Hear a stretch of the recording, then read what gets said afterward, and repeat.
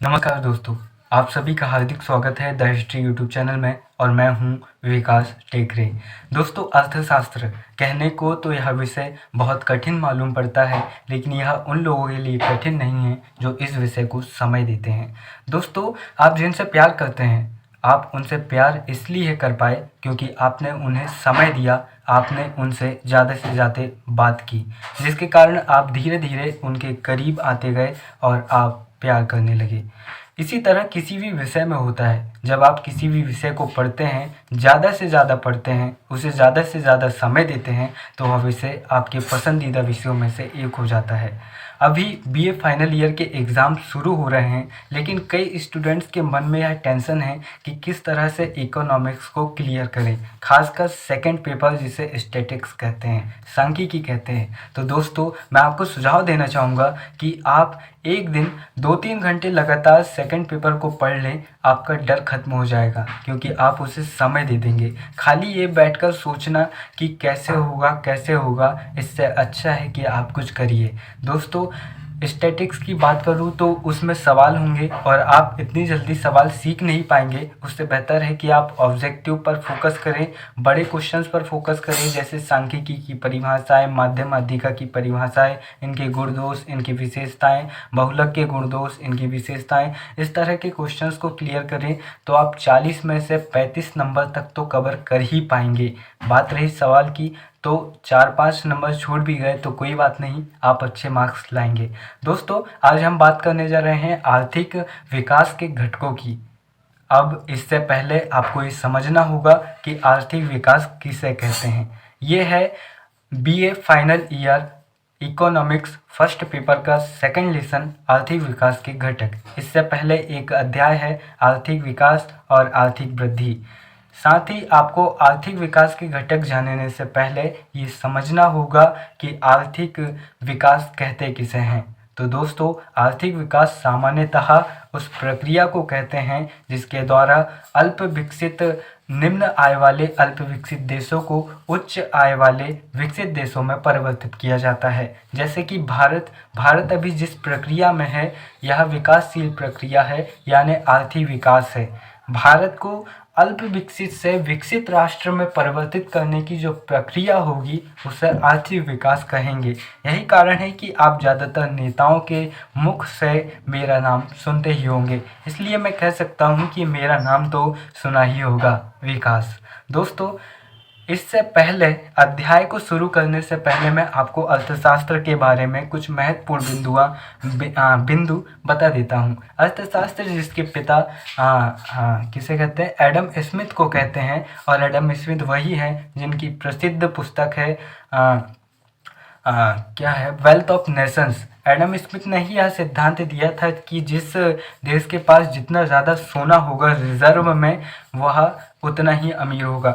यही कारण है कि आज भी कोई भी देश जितनी ज़्यादा करेंसी रिलीज़ करता है, उतना उस करेंसी की कीमत के बराबर का सोना उन्हें रिजर्व रखना होता है। जैसे कि भारत की मुद्रा रुपया है, तो अभी भारत में जितना रुपया चलता होगा, इसकी कीमत के बराबर का सोना रिजर्व बैंक के पास रखा होगा।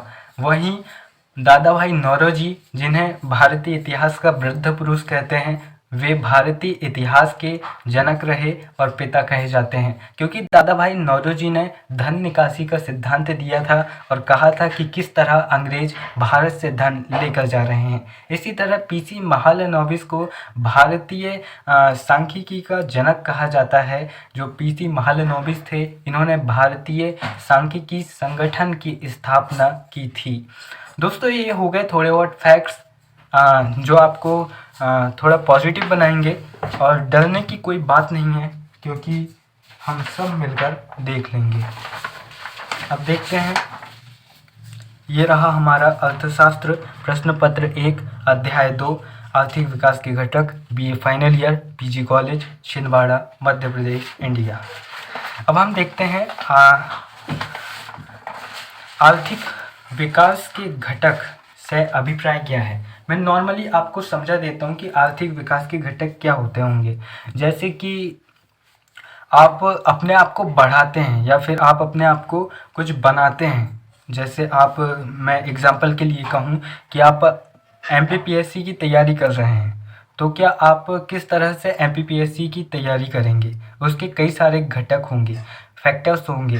पहले आप सिलेबस देखेंगे, फिर आप अच्छी सी कोचिंग देखेंगे, फिर आप अच्छा सा स्टडी मटेरियल देखेंगे। इसके साथ ही कई सारे ऐसे फैक्टर्स होंगे, कई सारी चीज़ों को मिलाकर आप एमपीपीएससी की तैयारी करेंगे और अपर कलेक्टर बन जाएंगे। इसी तरह ही आर्थिक विकास करने के लिए कई सारे फैक्टर्स होते हैं। आर्थिक विकास का राजनीतिक होता है, आर्थिक होता है, सामाजिक होता है, सांस्कृतिक होता है, राजनीतिक होता है, सभी को मिलाकर आर्थिक विकास होता है। आर्थिक विकास और आर्थिक वृद्धि में क्या अंतर है, आप इसको देख लीजिएगा। यह अध्याय 1 का प्रश्न है और यह बहुत महत्वपूर्ण होता है। आर्थिक विकास और आर्थिक वृद्धि में अंतर। सामान्यतः स्टूडेंट्स में यह सोचने में प्रॉब्लम्स जाती है कि आर्थिक विकास और आर्थिक वृद्धि किस तरह एक दूसरे से अलग है। तो मैं आपको बता दूं कि जो आर्थिक विकास है वह अर्थव्यवस्था के सभी क्षेत्रों को लेकर चलता है, जबकि जो आर्थिक वृद्धि है वह उत्पादन में वृद्धि और प्रति व्यक्ति आय में वृद्धि के सिद्धांत को लेकर चलता है। दोस्तों, हम देखते हैं वर्तमान समय में प्रत्येक देश विकास की ओर अग्रसर है, परंतु राष्ट्रों के आर्थिक, सामाजिक व राजनीतिक घटक में अंतर पाया जाता है। सभी देश अपने अलग अलग स्तर से आगे बढ़ रहे हैं। इस अध्याय में हम देखेंगे कि किस तरह विभिन्न घटक आर्थिक विकास के लिए उत्तरदायी है। Please welcome. वीडियो को लाइक करें, चैनल को सब्सक्राइब करें और बेल आइकन को प्रेस करें। धन्यवाद। प्रोफेसर किंडल वर्जर, शुम्पीटर, ल्यूस और रोस्टोव आदि अर्थशास्त्री विभिन्न रूप से जहां विकास दर को प्रभावित करने में आर्थिक घटकों को महत्वपूर्ण मानते हैं। ये कहते हैं कि विकास दर अगर प्रभावित होती है तो उसका कारण है आर्थिक घटक, जबकि इनके बिल्कुल विपरीत प्रोफेसर नकल से कहते हैं कि अगर आर्थिक विकास प्रभावित हो रहा है तो उसके पीछे मानवीय शक्तियाँ, सामाजिक मान्यताएं, राजनीतिक परिस्थितियाँ तथा ऐतिहासिक घटनाएं होती हैं। इनकी परिभाषा भारत जैसे विकासशील देशों के लिए बहुत महत्वपूर्ण साबित होती है, क्योंकि अगर हम देखते हैं कि भारत का जो डेवलपमेंट है, भारत का विकास है, वो कहीं ना कहीं राजनीतिक, सामाजिक मान्यता, हमारी धार्मिक मान्यताएं और हमारी मानवीय शक्तियों से प्रभावित हो रहा है। यह आप उदाहरण के तौर पर देख सकते हैं। इस प्रकार जो आर्थिक विकास है, आर्थिक विकास के घटक है, वो 2 भागों में पड़ जाते हैं। एक भाग में नकल से होते हैं तो दूसरे भाग में किंडल वर्जर, शुम्पीटर, ल्यूइस और रोस्टोव होते हैं। पहले जो किंडल वर्जर, शुम्पीटर, लुईस और रोस्टोव है वे आर्थिक घटक में आते हैं, जबकि जो अपने प्रोफेसर नकल से हैं वे गैर आर्थिक घटक में आते हैं। दोस्तों, मैं आपको शॉर्ट में समझाता हूँ। उम्मीद है कि आपको समझ में आ रहा होगा। हम देखते हैं आर्थिक घटक। ये रहे आर्थिक घटक यानी इकोनॉमिक्स फैक्टर्स। अब वीडियो देखने के बाद 20 या बुक से एक बार और पढ़ लें और फिर पढ़ने के बाद एक बार और वीडियो को देख लें, तो इससे आपका रिवीजन प्रॉपर रूप से हो जाएगा और आप इस प्रश्न को, इस लेसन को पूरी तरह तैयार कर लेंगे। देखते हैं आर्थिक घटक। प्राकृतिक साधन। दोस्तों, प्राकृतिक साधन कहते किसे हैं? प्राकृतिक साधन जो ईश्वर ने, मैं हूं हेमा, computerhindinotes.com से। प्राकृतिक साधन वे साधन होते हैं जो ईश्वर ने प्रकृति के द्वारा हमें प्रदान किया है। जैसे वन हो गया, भूमि हो गया, पर्वत हो गया, खनिज पदार्थ हो गए, नदियाँ हो गया, इस तरह के प्राकृतिक साधन होते हैं। प्राकृतिक साधन किसी भी देश को आगे बढ़ाने में बहुत मददगार होते हैं, लेकिन इसका ये मतलब नहीं कि जिनके पास प्राकृतिक साधन की कमी है वे पिछड़े हुए देश हैं। दोस्तों, भारत के विषय में एक कहा जाता है कि भारत प्राकृतिक रूप से संपन्न है, उसके बावजूद भारत विकासशील है। आप अर्थशास्त्र में एक प्रश्न को भी तैयार कर सकते हैं कि भारत प्राकृतिक साधनों की दृष्टि से संपन्न है किंतु यहाँ के निवासी निर्धन हैं। कारण बताइए। क्योंकि प्राकृतिक साधन होना बड़ी बात नहीं है, उनका विदोहन करना, उनका सही रूप से उनका उपयोग करना बड़ी बात है। क्योंकि जो जापान है, जापान के पास लोहे की बहुत कमी है, उसके बाद भी आप जापान की कार इंडस्ट्रीज़ को देख सकते हैं, आप जापान की लोहे इंडस्ट्रीज़ को देख सकते हैं, आप वहाँ की मेट्रो को देख सकते हैं। जापान उसके बावजूद लोहे के साधनों को बनाने में विश्व का अग्रणी देश है, क्योंकि विश्व में व्यापार के जरिए आयात निर्यात के जरिए किसी भी प्राकृतिक साधन की आपूर्ति मतलब पूर्ति की जा सकती है। दूसरा है पूंजी निर्माण।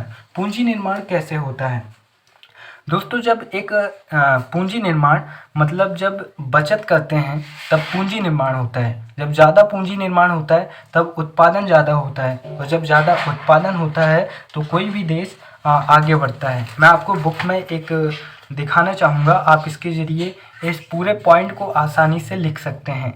विकासशील देशों में ज़्यादातर यह समस्या होती है कि एक गरीब परिवार निम्न जीवन स्तर जीता है, जिसके कारण वह कम बचत कर पाता है। जब वह कम बचत करता है तो वह कम पूंजी निर्माण करता है, और जब कम पूंजी निर्माण करता है तो उत्पादन भी कम होता है, और जब उत्पादन कम होता है तो वह फिर से उस कुचक्र में फंस जाता है और गरीब का गरीब रह जाता है, और यह कुचक्र बहुत मुश्किल से छूटता है। हालांकि इसे छुड़ाना कोई बड़ी बात नहीं। दूसरा, तकनीकी।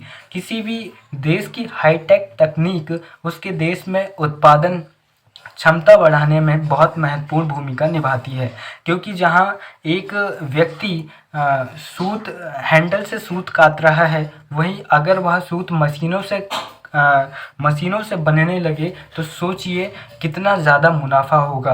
अगर कहीं एक फैक्ट्री चल रही है और अगर तकनीकों के विकास के माध्यम से वही फैक्ट्री दुगनी गति से काम करने लगे तो आर्थिक विकास बहुत तेज़ी से होगा। कहने का अर्थ यह है कि तकनीकी विकास जितना ज़्यादा होगा, आर्थिक विकास भी उतना ही ज़्यादा होगा। चौथा बिंदु है शोध एवं विकास। दोस्तों, जब आप तकनीकी विकास करना चाहते हैं तो आप टेक्नोलॉजीज़ को बढ़ाना चाहते हैं, तो इसके लिए आपको नई तकनीकों को खोजना होगा, शोध करना होगा। इसके साथ ही आपको डेवलपमेंट भी करना होगा, क्योंकि आप तकनीक का विकास करने से ही नहीं होगा, साथ ही उस तकनीक को लगाने के लिए एक बेस भी बनाना होगा। पांचवा है साहस एवं नवप्रवर्तन। मतलब नए उद्योगों को लगाने की क्षमता समाज में होनी चाहिए। दूसरी, नए परिवर्तन को स्वीकार करने की क्षमता भी समाज में होनी चाहिए। छठवां है जनसंख्या वृद्धि। जितनी ज़्यादा जनसंख्या होगी उतनी ही जनशक्ति होगी, और जितनी ज़्यादा जनशक्ति होगी उतनी ही श्रम शक्ति होगी, और जितनी ज़्यादा श्रम शक्ति होगी उतना ही विकास होगा। लेकिन जनसंख्या देश के आकार के हिसाब से होना चाहिए। अगर जनसंख्या हद से ज़्यादा हो तो बेरोजगारी बढ़ जाती है। जैसे कि भारत में औसत रूप से जनसंख्या बहुत ज़्यादा है, जिसके कारण भारत में बेरोजगारी भी है। दोस्तों, अब इन बिंदुओं को मैं आपको आसानी से समझाता हूँ, आप देख सकते हैं। देखिए, जब किसी देश के पास प्राकृतिक साधन होंगे तो स्वाभाविक रूप से वह उन साधनों का उपयोग करेगा, जिसके कारण पूंजी निर्माण होगा। मतलब जब वह प्राकृतिक साधनों को बेचेगा या उपयोग करेगा तो उसके पास पैसे आएंगे। जब उसके पास पैसे आएंगे तो वह पैसों को तकनीक में लगाएगा। जब तकनीक में लगाएगा तो उसको मालूम पड़ेगा कि यह तकनीक तो थोड़ी पिछड़ी हुई है, मैं कुछ नई तकनीक सोचता हूँ। तो वह अपने वैज्ञानिकों को कहेगा कि नए नए आविष्कार करो, नए शोध करो, और वो अपने देश में डेवलपमेंट भी करेगा, सड़कें बनाएगा, फैक्ट्रीज डालेगा। तो जो शोध और विकास करेगा उसके बाद में लोगों में कॉन्फिडेंस आएगा कि नई नई चीज़ें खोज ली है हमने। फिर लोग पैसा लगाना शुरू करेंगे, मतलब साहस के साथ पैसा लगाएंगे और नए परिवर्तन करेंगे और नए नए विकास करेंगे। जब सब कुछ हो जाएगा तो सब खुश रहने लगेंगे, और खुश रहने वाले लोगों के पास कोई काम नहीं होगा, तो फिर जनसंख्या बढ़ने लगेगी। स्वाभाविक है, आप जिस तरह से याद करना चाहें। अब देखते हैं गैर आर्थिक घटक। गैर आर्थिक घटक केवल 4 ही हैं। पहला है सामाजिक घटक, दूसरा है जननांकीय घटक, और तीसरा है राजनीतिक एवं प्रशासनिक घटक, और चौथा है धार्मिक घटक। दोस्तों, यह नकलसे की परिभाषा के अनुसार है, क्योंकि नकलसे कहते हैं कि आर्थिक विकास को ये घटक भी प्रभावित करते हैं। सामाजिक घटक मतलब समाज में जिस तरह का परिवेश होगा। जैसे कि हम देखते हैं कि हमारे समाज में काफ़ी सारी धार्मिक कुरीतियाँ हैं।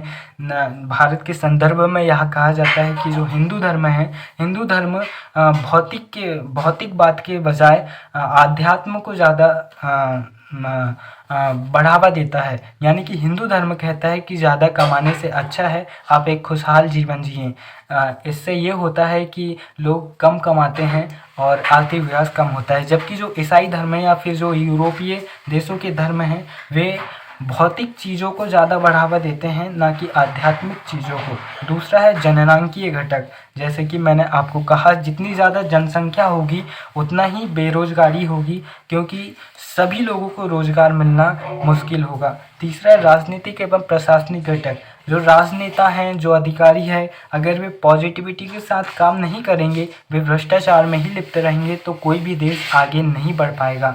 चौथा है धार्मिक घटक, जो मैं आपको सामाजिक घटक के साथ बता चुका हूँ। अगर एक विकासशील देश की यह समस्या होती है कि वहाँ पर कई सारी कुरीतियाँ होती है, कई सारी समस्याएं होती है, जिसके कारण वह आगे नहीं बढ़ पाता है।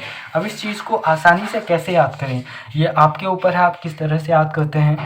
जैसे कि सामाजिक जन राजनीति करेंगे धार्मिक आधार पर, आप किसी भी तरीके से आप याद कर सकते हैं। सामाजिक जन राजनीति करेंगे धार्मिक आधार पर।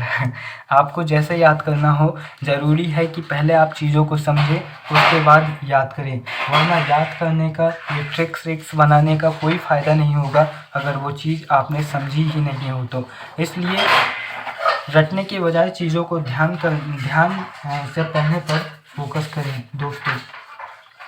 अब देखते हैं हम कुछ ऑब्जेक्टिव्स हैं और इस अध्याय की समाप्ति की ओर हैं हम। आर्थिक विकास के लिए महत्वपूर्ण होते हैं, क्या होते हैं, आर्थिक तथा गैर आर्थिक घटक। जैसे कि मैंने आपको बताया हूँ, आर्थिक और गैर आर्थिक घटक दोनों ही जरूरी है आर्थिक विकास के लिए। तीव्र आर्थिक विकास के लिए आवश्यक है प्राकृतिक साधनों की उपलब्धता एवं कुशल विदोहन। चूँकि भारत के पास प्राकृतिक साधन प्रचुर मात्रा में हैं, लेकिन हम विदोहन सही रूप से नहीं कर पाते, जिसके कारण हम थोड़े पिछड़े हुए हैं। अल्पविकसित राष्ट्रों में तेजी से बढ़ती जनसंख्या आर्थिक विकास में बाधक होती है, क्योंकि अल्पविकसित राष्ट्र पहले से ही अल्पविकसित हैं और ऊपर से जनसंख्या का बोझ अलग आ गया। उनको रोजगार दो, अब दूसरे काम छोड़कर आपको रोजगार पर ध्यान देना होगा, जिसके कारण आप थोड़े धीमी गति से विकास की ओर बढ़ेंगे। तकनीकी विकास पर निर्भर करता है प्राकृतिक साधनों का विदोहन, पूंजी उपकरणों की उत्पादकता, श्रम की कार्यकुशलता। आर्थिक विकास के लिए महत्वपूर्ण है पूंजी निर्माण, पूंजी विनियोजन, पूंजी उत्पाद अनुपात। अनार्थिक तत्वों को विकास के लिए महत्वपूर्ण मानते हैं नकल से। अनार्थिक तत्व वही हैं जो आपको हमने बताए हैं गैर आर्थिक घटक। आर्थिक विकास के लिए आवश्यक है प्राकृतिक साधन, जनसंख्या, उच्च तकनीक। आर्थिक विकास में बाधक है जाति प्रथा। जाति प्रथा या जो सामाजिक कुरीतियाँ हैं, ये सामाजिक घटक में आएंगी। अब मैं आपको एक बार बुक में दिखा देता हूँ। हालांकि यहाँ जो वीडियो है थोड़ा लंबा हो रहा है, लेकिन प्लीज़ सहयोग करें और सीखिए कुछ नया। अब हम देखते हैं, आप इसे भी याद कर सकते हैं, ये याद कर लीजिएगा आप, आर्थिक विकास एवं आर्थिक वृद्धि में अंतर। अब हम देखते हैं आर्थिक विकास के घटक। इस अध्याय को हमने पढ़ा है।